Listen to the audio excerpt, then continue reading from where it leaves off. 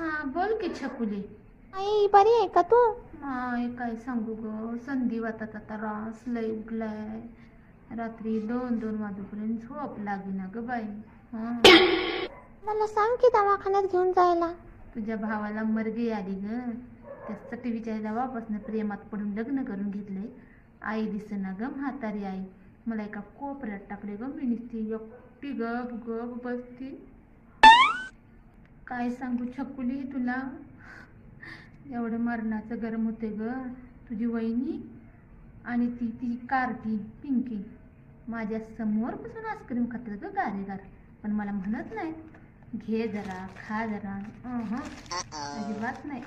आणि मलाच म्हणते तुला कशाला पाहिजे, तू आहेस म्हातारी, खोकला झाला सर्दी झाली तर तुला कुठे दवाखान्यात खर्च करायचा. मला या आईस्क्रीमचा तुकडा बी दाखवत नाहीत ग. खरं खरं सांगते. हां बरं ठेव जरा, करते 5 मिनिटांनी.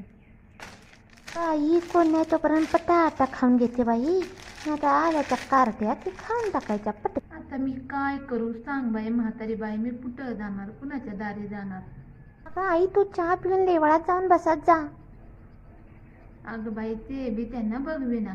मला म्हणतेस खातीस पितीस मंदिरात जातीस आणि लोकांची चाड्या करत बसतीस, घरच्या बी उचापत्या काढत बसतीस, ते बी त्यांना बघविना ग. बाई काय सांगू छकुले, तुला खरं वाटणार नाही ग. ह्यांच्या आंघोळी झाल्या की मी आंघोळीला जाते ना शेवट म्हातारी. शॅम्पू साबण त्यांचं कसलं फेस फास का काय सगळं लपून ठेवतात ग, सगळं लपून ठेवतात.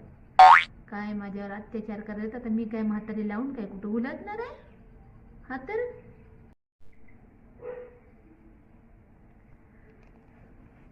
काय सांगू छकुले, कवा कवा मला असं वाटायले की सगळी इस्टेट विकावं आणि जाऊन दुबईला राहावं. अगं बाई तिकडं कशाला मरायला चालीस का आता?